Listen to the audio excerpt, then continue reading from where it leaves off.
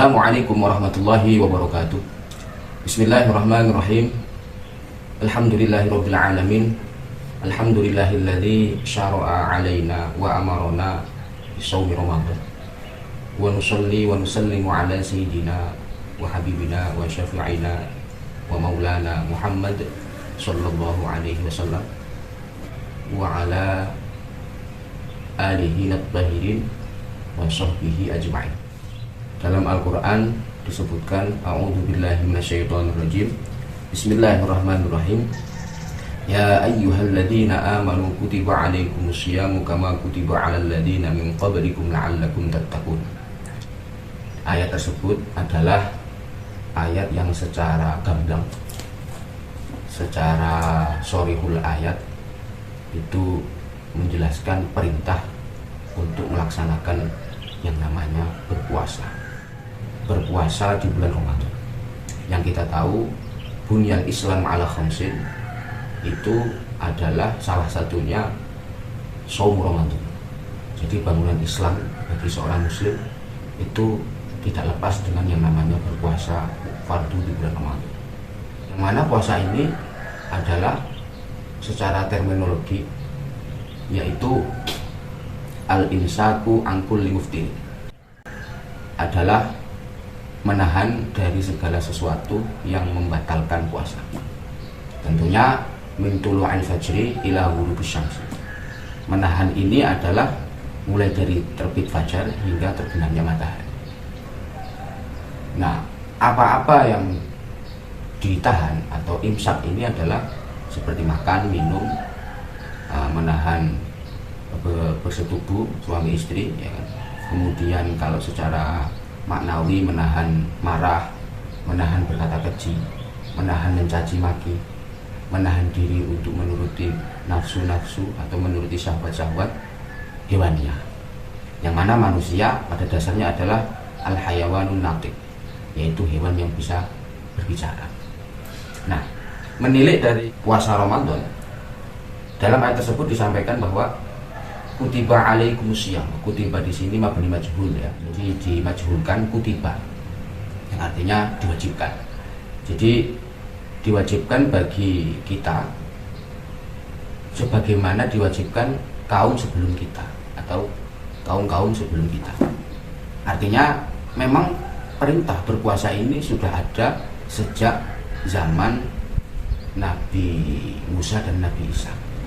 Sebagaimana dalam kitab Al-Jami'ul Ahkamil Quran, yaitu kitab Qurtubi, itu disampaikan bahwa syariat berpuasa ini sudah ada sejak zaman kaum Nabi Musa dan Nabi Isa. Jadi pada saat itu kaum Nabi Musa dan kaum Nabi Isa ini berpuasa 1 bulan, puasa Ramadan 1 bulan, kemudian ditambah 10 hari, dan ternyata setelah ditambah 10 hari mereka sakit. Kemudian dalam sakit mereka berdalil jika mereka disembuhkan oleh Allah, mereka akan menambah puasa 10 hari lagi, dan akhirnya mereka sembuh. Kemudian mereka menambah lagi puasa 10 hari sehingga genaplah 50 hari. Dan fasoro sum nasoro, maka puasa 50 hari ini sebagai bentuk dari puasa orang Nasrani. Nah, di situ sebagai penjelas bahwa memang puasa ini sudah ada disyariatkan atau diperintahkan oleh Allah, diperintahkan Allah kepada kita sebagaimana diperintahkan oleh kaum-kaum sebelum kita. Ayat ini ditutup dengan la'allakum tattaqun, agar menuju derajat takwa.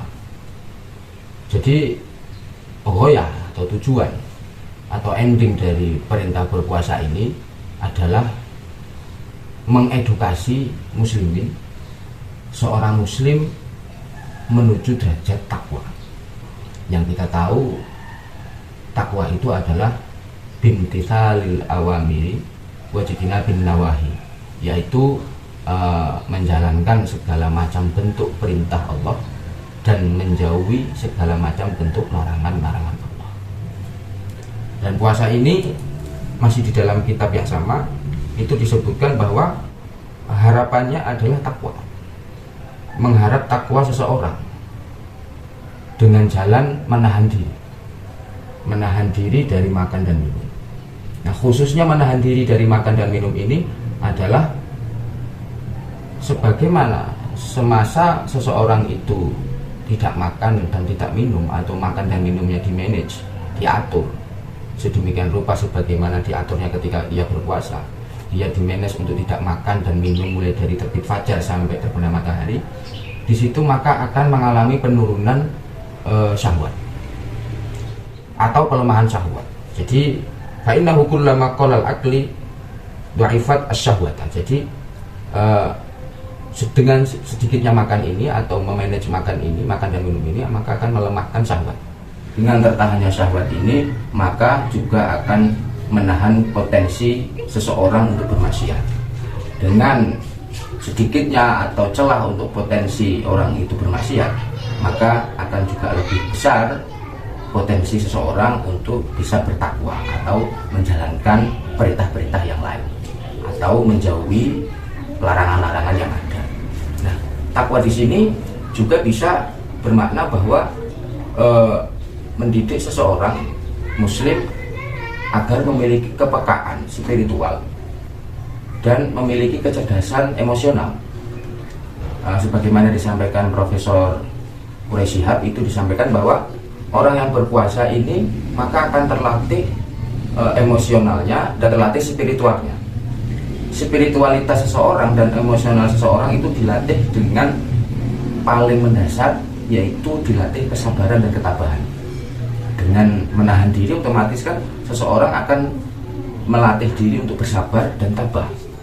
Nah, makanya Nabi juga menyampaikan bahwa ketika seseorang itu sedang berpuasa kemudian terpancing dengan emosi, terpancing dengan cacian dan makian, maka tetap harus sebisa mungkin menahan diri dengan mengucap inni shaimun, sesungguhnya saya sedang berpuasa. Nah, ini adalah sebuah declare bahwa puasa ini adalah perisai. Makanya asyamu junnatun, puasa itu adalah perisai seseorang dari perbuatan-perbuatan buruk dan perbuatan-perbuatan kecil.